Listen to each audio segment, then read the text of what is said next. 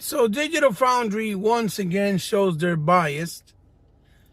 Christopher Drake makes a fool out of all the Xbox haters once again on Twitter.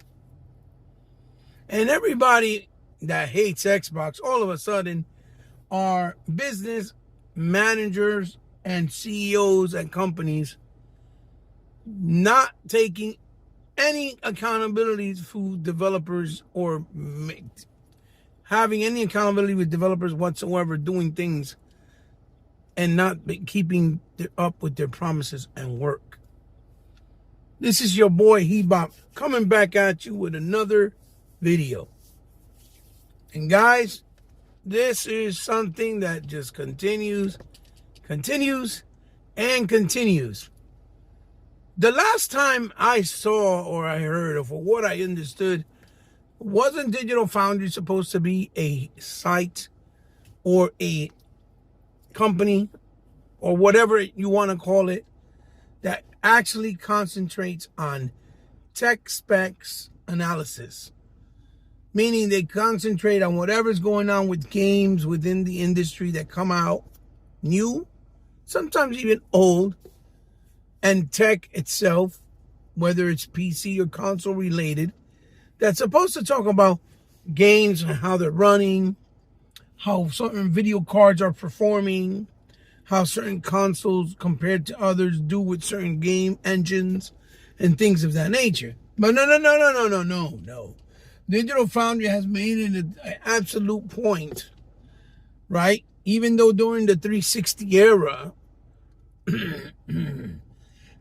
all they did was show the differences between games, if they had better resolution, better frame rates, and didn't even speak back then. They just did their videos and upload them on YouTube. Now, Digital Foundry wants to act as if there's some type of informant video game news outlet.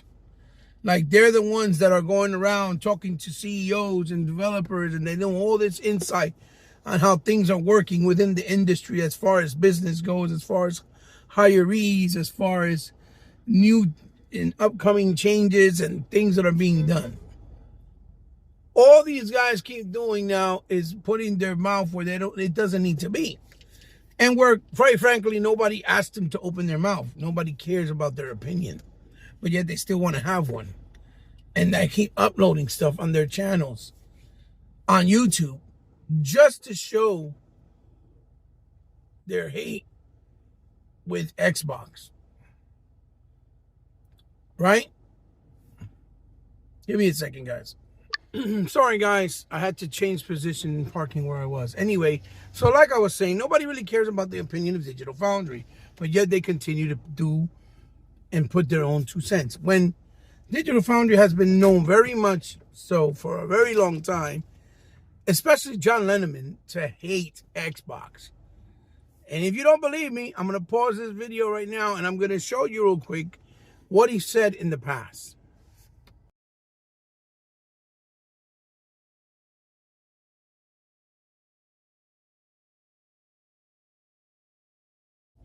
And there you go.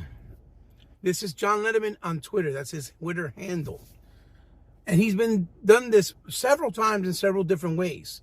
So you really think that Xbox gamers are going to care or trust whatever you have to say, John Linneman, in your vocal opinion and how loud you can be?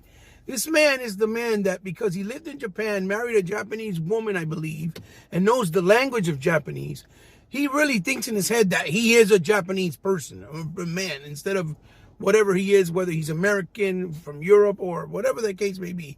He thinks he's Japanese because he speaks the language, or because he married a Japanese woman, or because he lived in Japan for several years.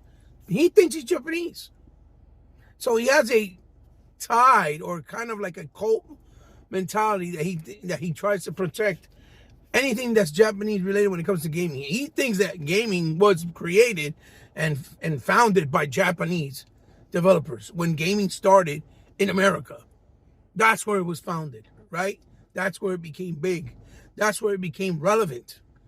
Okay? But in his mind, no. It's like these people that never watched anime before, in today's age that watch it and they think they're some type of Japanese anime guru and they're Japanese themselves, right? Or the people that never read comic books and started watching the comic book movies that Marvel started to produce, and all of a sudden they think they're Japanese, they're comic book enthusiasts or professionals, right? Just like all you dumb fucks that come to my goddamn comment section that never been playing games as long as I've been, since 1979, and you think you're going to tell me and educate me on gaming or know more about gaming than me, right? It's the same type of mentality with John Linneman. And poor, and even Rich Ledbetter, which is a shame, because he used to work at Sega. He knows what Sony's done in the past to Sega. And yet he still tries to kiss Sony butthole every time. It's disgusting to see these guys, and disgraceful how dumb they conduct themselves, how unprofessional they conduct themselves, how disingenuous they conduct themselves. To sit there and say, oh, that these things have never, this is the difference, you know, Nintendo won't do something like that.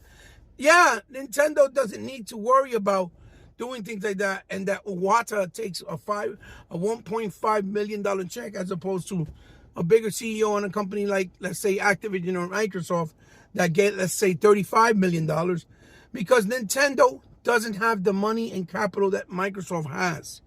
And Nintendo can't afford to lose these people because they're the only ones that carry Nintendo.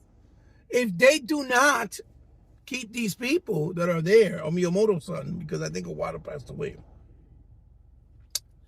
Forgive me if I'm wrong. I mean no disrespect. Okay? Or Miyamoto, whoever, which one it is that still run that he mentioned in the video. Obviously, Nintendo is gone. Nintendo's done. They can't handle it. They have nowhere to go, because that's why they continue to make the same games. Whether it's Mario, Zelda, and Metroid. Those are the three pillars. Oh, and Kirby, right?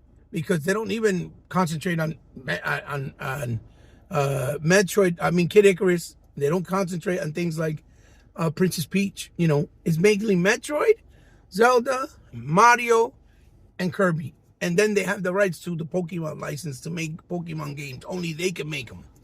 So those are the ones, the 5 pillars that they continue to do every time with every console and every generation. Nintendo has only 7,000 employees. That's it.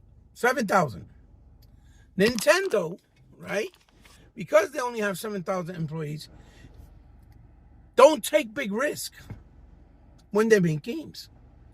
Like if they make a game like, let's say, Metroid, he brought up the concept, or he brought up the subject that Mercury Steam's the one who helped, you know, Kojima's sons, Kojima Productions, to do the new Castlevania that was in 3D for the 360.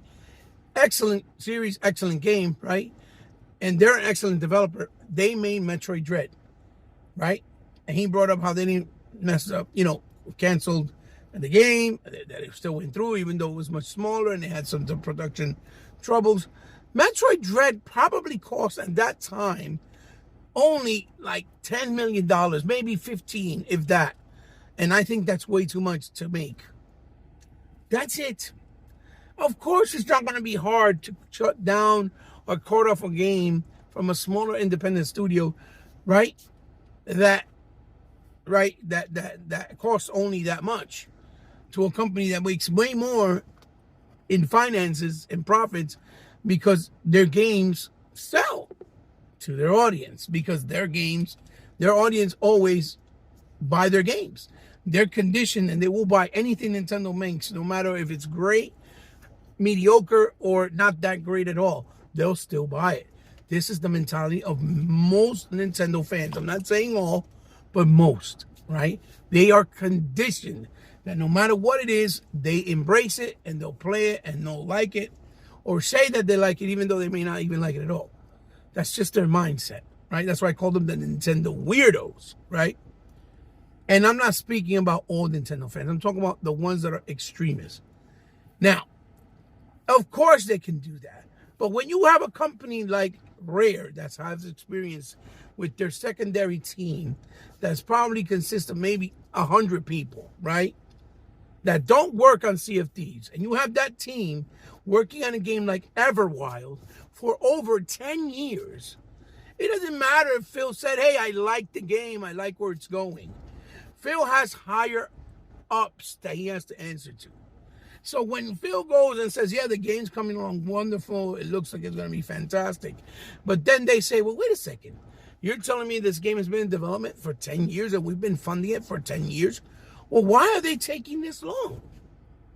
Especially when within their same household or household brand of what they own, they have developers like the guys at Obsidian bringing out games left and right. Within 1 year, they made 3 games so far with Grounded 2, with that Clockwork, oh my God, Revolution that's coming out, and another one they did before that, which I can't remember off the top of my head. This is a smaller developer, that team that they bought through Bethesda ZeniMax, acquired, right? Because they were on the verge of bankruptcy. And since they acquired them, they have made Microsoft more money than any other developer at this point. They're like the Insomnia for Xbox at this point, within a small time span of maybe 4 years. Meanwhile, again, the secondary studios at Rare has been making Everwild for over 10 years, or 10 years to be exact, and the game's still not done. And you'd think that when he goes up to Satya and Amy, whatever her name is, Amy Halls, or whoever she is, and say, hey, they need at least another year or 2 years to finish it. After they see that it's already been in development for 10 years, you really think that they're going to be okay? And, oh, sure, no problem. Just keep funding it. It'll be fine. Knowing that, 1, it's a new IP, and 2, no one can guarantee that new IP, especially since all their first party go on Game Pass, is even going to be received well or even do well or even sell enough to recuperate the 10 years of development. The answer is no. Even Nintendo, not putting games on a Game Pass service, for example, would not take that risk of paying someone for 10 years with no returns of their investments to a new IP, right, that has no type of guarantee of making actual real money, or that it's going to be well received until it comes out, for example, and risk to keep paying them for another 2 years to finish the project when it's already been 10. No one is going to do that. The other game that comes to mind that was there for 10 years that was in development and came out and didn't even do well was Neo, that came out from Tecmo on PlayStation 5. Neo was in production for over 10 years and came out and really did not do well. But since the game didn't cost a lot at that point, even though they did it for that amount of time, supposedly it was in production, they still made 2 more because they're using the same engine. They're not building something new from scratch. They use the same engine, and I guess it's sold enough with the second one to make a third one now. Even though it's them fitting the bill. It's not PlayStation. It's not Sony. It's Tecmo, Kyo, or Koei that's fitting the bill. And you really fucking think that a company like Nintendo would take that risk, or Sony themselves? No, they would not. No good business that knows how to run a business would even dare take that time and throw money away like that, when especially there's no guarantee to bring you in returns. So when you say stupid things, John Linneman, like, everybody stay away, all developers stay away from, don't go to Xbox or they're just going to shut you down. Tango Gameworks, again, I'll say it again, never got shut down. Tango Gameworks, okay, they actually got sold out to a smaller company and publisher so that they can give them the dedicated time they needed to keep nurturing them so that they could produce good games in the future and not have to close their doors. Because Tango Gameworks never had any success with any of the sales of their games, except Evil Within 1. And that was multi-plat. Hi-Fi Rush was the best critically acclaimed game, but it was only on Game Pass where it had success with 2.4 million players. As far as sales, I don't know how much that translates into sales. But it had success because people were playing it through Game Pass. When it went to PlayStation to see if they could extend the success, it failed. It did not work. No one bought it.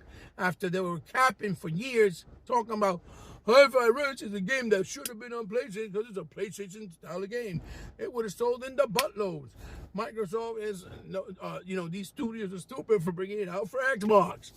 That's exactly what was being said. And it was bullcrap. It didn't sound. Just like we're going to find out right now in August that Hellblade 2 is not going to sell. We're going to see that on PlayStation, right? So, again, Rich left better. Of course, you're going to say, don't go to the studios because you're afraid that if they keep buying and acquiring studios, they're going to kill off Sony and possibly Nintendo. That's the real reason why you're capping and why you're saying what you're saying. And another thing that we got to keep in mind, and that they act like they don't know, that it was ZeniMax Bethesda that went and wanted Xbox to acquire them, just like Activision, because they were having financial issues. When Bethesda had that big issue in Fallout with a couple of their games, which I think was Fallout, was one of them that came out, Fallout 4, that it was not well received. It was getting a lot of backlash. They lost a bunch of money. That hurt them financially and some other stuff that they were doing. So they were on the verge of bankruptcy. Just like when the whole thing with the debacle with Bobby Kotick and the women that were working there, that woman that killed herself, unfortunately. And they had a bunch of investors that were pulling out and pulling away, and they were about to go bankrupt as well. Because their initial asking was $120 billion. That's what they were asking. As far as their worth and what they were valued at, it was $120 billion. And that's when they went to Microsoft, and Microsoft said, no, go somewhere else, because they didn't want the backlash and the drama and that they're trying to monopolize the business when that's not it at all, right? Because Microsoft didn't have studios. They only have 5 in-house first-party studios, and they needed to expand that portfolio in order to feed Game Pass and continue to make big AAA games in the future more consistently. So they had to buy studios in order to get a bigger, portfolio, right? So, again, they end up doing this, right? And they left, they shuffled, they went around, tried to get bought, and didn't have any luck. That made them return right back to Xbox as their final solution or their final resolutes. And that's when Microsoft made them the offer of the $70 billion. Or 79 point, almost 80 billion, whatever the case was. And they took it because they were on the verge, like I said, of closing down and going bankrupt or possibly having to sell each IP separately, the way that Ubisoft said they were going to do. So it was never Microsoft going to these people. Most of these developers like Double Fine, Ninja Theory, they were in trouble because they weren't doing financially well. And they, like Double Fine was doing a Kickstarter just to do like Psychonauts 2. Microsoft asked them, like the people that We Happy Food Compulsion Games, they asked them, would you want to be acquired? Would you mind being, because we want to do this and this is what we promise. This is what we'll give you, la, la, la, la. And they agreed in order to survive. Like the people, Obsidian, when they, with things like, Wasteland 3, they were on the verge of closing their doors. Microsoft literally saved these developers. So the fact that you sit there, John Linneman, saying stupid things like, oh my God, developers, run away, they're going to close you down, it's absolutely ridiculous and completely dumb on your part, because that's not the case at all. And you know it. You're just trying to play it off because your audience members, most of them, like 95%, are a bunch of shills and they hate Xbox and they follow you guys because you guys love playing the card like, oh, we're here for technologies. But no, it's because you always try to say that games run better on PlayStation than Xbox. And then the few times that you don't, and that you do say that Xbox has the upper hand, you can tell that you're still trying to damage control for PlayStation or Nintendo. And then you add the PC in the mix so that it makes Xbox look bad regardless at the end of the day. But when you do PlayStation, you don't do that. You compare PlayStation 4 to PlayStation 5 and not apples to apples, or PlayStation 4 and that to different versions, and that's it. And you don't compare it to PlayStation and Xbox only. You won't even add the PC to the mix until after. You'll do a whole separate video about PC with a PlayStation 4 game later on. You always done this. Everybody knows how fake you are. So for you guys listening to them, you're pretty stupid, because these guys already have shown that they have no credibility, and you can't trust them in any way. They're just Xbox haters, and they always have been and always will be. Okay? Now, as far to move on to the next subject with Christopher Drake is the master of taking people for suckers because he don't like Xbox either. And he uses his format and his outlet of Twitter to continue to do this every single time, and y'all fall for it. As many times that he's been wrong, and as many times that he keeps proving that he doesn't care about Xbox, and that he's a hater, he just likes to bring attention to himself, and you guys keep falling for it. Christopher Drake had no real proof, or showed no real proof or analysis that Xbox Game Pass was not profitable. You guys, if Xbox Game Pass wasn't profitable, it's common sense. Microsoft would already shut it down. The same way that Microsoft has shut down many things in the past, like the Zune, like the Windows Phone, like the Surface laptop, like Mixer, like Split Screen, like Connect. Microsoft does not waste money. They're not in the business of wasting money when something doesn't work. And even sometimes when it does work and they just don't feel it's substantial enough for their future, they'll cut it off. So if Game Pass wasn't sustainable, they wouldn't be still feeding it. They wouldn't still be putting all these big AAAs. They wouldn't be doing anything. They would have cut it off. They would have just went back to the old method of selling games physically, so $80 a pop, and that would be your only solution. So obviously, this man shows no proof. Everybody runs wild. There's like 1,467 million videos in less than 15 minutes about, see, it's not sustainable. You see Porter Rock did it.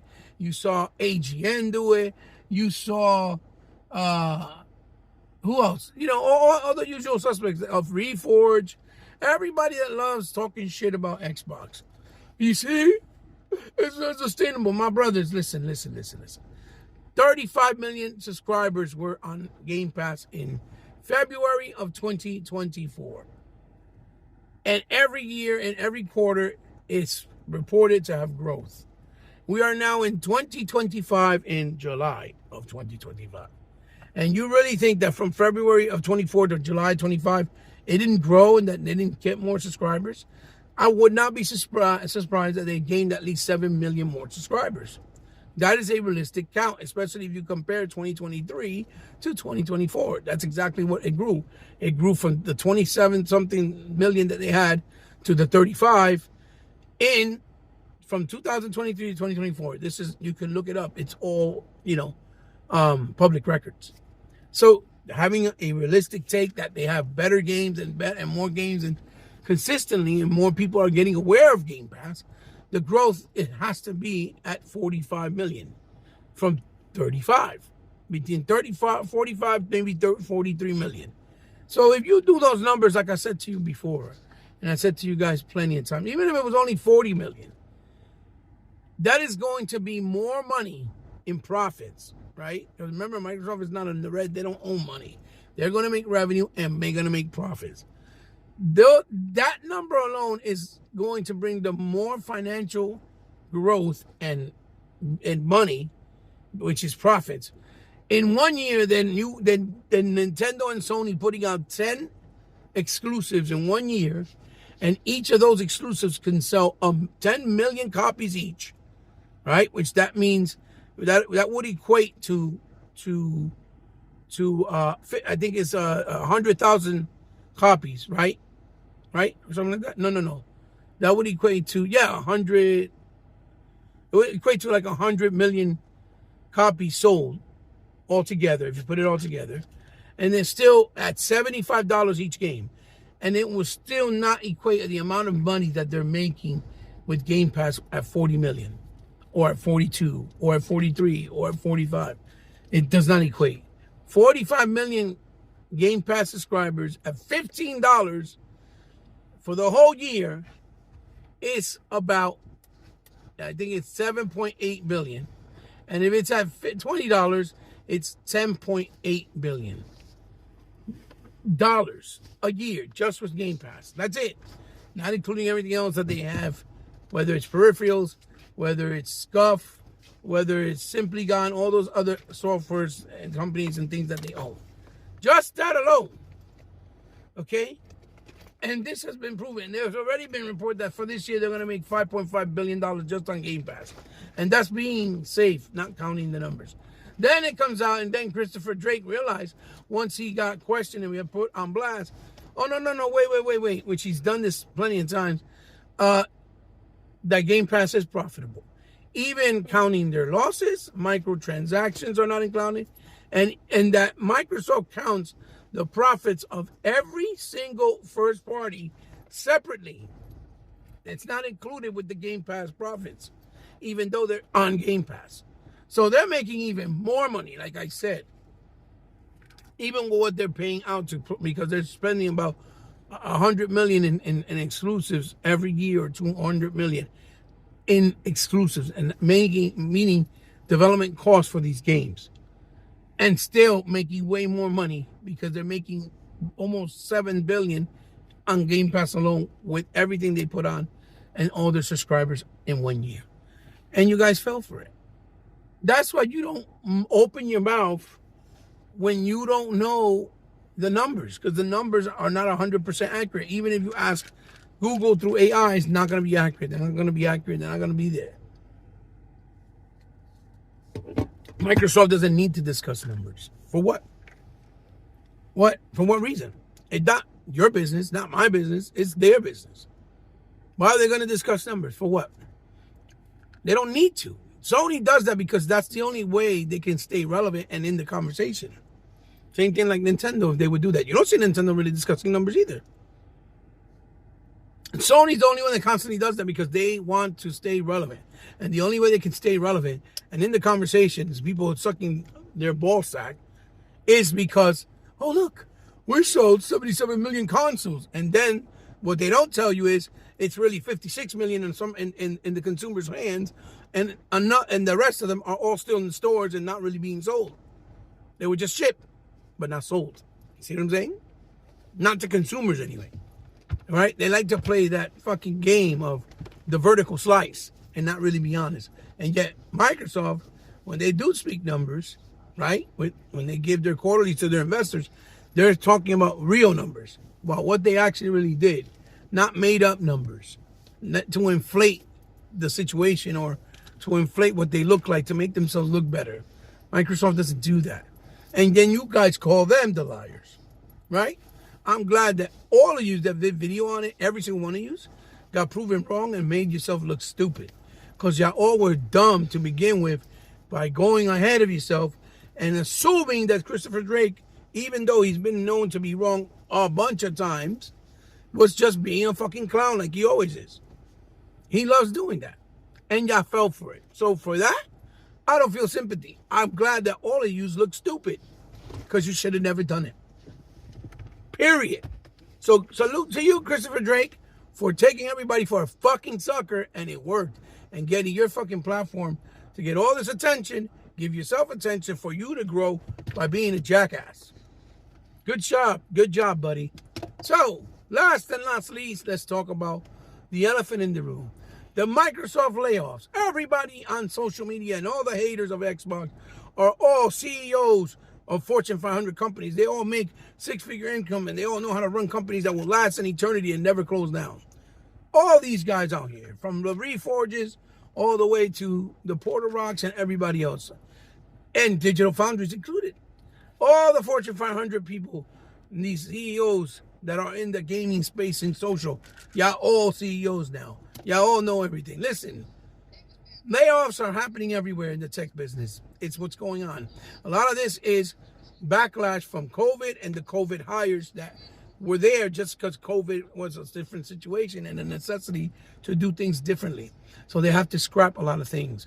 So even though it was a 9,000 people, which was only 4% of the Xbox and Microsoft, company itself, they still have 14 or 13,000 employees versus Nintendo's 7,000 and Sony's 12,000. Okay? Microsoft is on another whole level. That's why they're a $4 trillion company. And if they took money out and let go of these, cutting the fats of these developers and people that were not producing for them the way they needed to, even though they've been getting paid, to invest in AI, why would you care? Why would we care? We need to worry about what they're giving us as far as consumers and games. That's not our problem. Because obviously AI is the smarter bet, because that way AI can pick up the slack of those who don't know how to do their jobs. Because if I was working at a job and I'm not producing, even though I'm supposed to be the best of the best at it or good at it, and I'm getting paid and still I'm not producing, I'm not going to keep a job. I'm not going to have a job. I'm going to get fired eventually. All of us will. But to act like this is some horrible thing and ignoring the fact that you guys are not holding no developers accountable, none. So like I was saying, no one wants to hold any of the developers accountable for the bull crap that's going on. Like I said earlier when I was speaking about Digital Foundry, Everwild been in development for 10 years and the game still wasn't done. And in this case, Perfect Dark, the initiative was announced since 2018 till now, 2025, it's been 8 years. And what the ramblings are, because that hasn't been confirmed, but if it's true, right, let's just say hypothetically, that demo they showed us of what they wanted to do or what the game was going to be like or look like wasn't even a real demo of the actual game. It was just like a test demo just to show something of where they were trying to do with the actual series. Then that makes it even worse, because that means 8 years the initiatives, they have nothing done. Even though Microsoft went on the way and hired Crystal Dynamics team that worked on Tomb Raider to come in and help them to do the game. And from the very beginning, a bunch of the lead artists in there and creators were having conflict of interest. They were not agreeing. And that's been around and been talked about for a while. And I think they even brought a guy in from Sony, and he was disagreeing with everything with them. So a team that was supposed to be 40 members that had experience in the industry for years and years and years was considered a quadruple A title team. They weren't getting along. They were too worried about their egos instead of concentrating on the game and coming and working in as a team. Because remember, when people have high egos because they have experience, in a lot of cases, it's not going to work, because they all want to be the leaders. They all want to have the final say. They all want to think that, no, their decision is better than that decision. If you can't come to an agreement, you're not going to get the product out, and you're not going to achieve the goals that need to be achieved. The game should have been priority number one. So even if let's say that demo was not real at all, and that was the case, that makes the situation even worse, because they had nothing done in 8 years, and they've been spending a plethora of money, and they opened up their goddamn studio over there in Los Angeles when everything has raised in prices. Los Angeles is a fucking wreck and a mess, and have all these issues. And you really think they were going to keep throwing away money when they opened the studio up for them, paying the rent, paying them, and nothing is done? And even bringing in some other team members to help them, and nothing is done? Hello? That is not business, that is not smart business to keep them open. It made no sense. And yes, even though Perfect Dark has a nice cult following, it's still not one of Xbox flagship titles. Okay? Because when the Perfect Dark that came out with the launch of 360 came out, it didn't do that well. And it was a solid game. It was decent. And when you even play that game compared to the original, it's better than the original, even though people love the originals.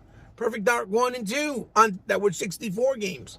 When you play them on Rare Replay, you can tell, like, damn, this game's dated. They didn't age well. So stop the cap. You guys are not Fortune 500 CEOs. You're YouTubers. You're supposed to be gamers. You're supposed to be journalists because you went to school and got a journalistic fucking degree, which means you just know how to write articles and make them sound nice or clever or educated, even though you may not have no clue about the history of gaming, and you don't know shit, and you're not real gamers. But you have that leadway. You keep pushing and pushing and pushing. And you guys don't know crap. You're not making no sense and giving no accountability or putting no accountability to the developers that actually didn't do their jobs. And those damn layoffs were not just related to the Xbox, division.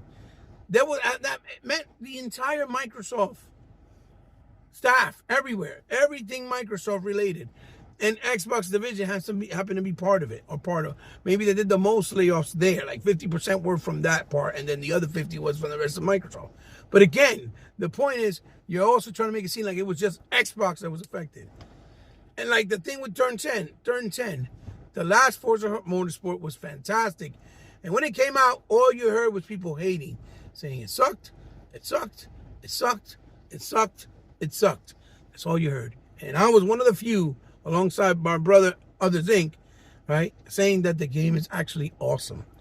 And that they had to start from scratch all over again like they did with Forza Motorsport 5 during the Xbox One. And they had to build it up. And as they did 6 and they did Forza Motorsport 7, it just got bigger, better, and better. So, more than likely the game didn't sell well enough. They're not having enough microtransactions, so they cut the fat.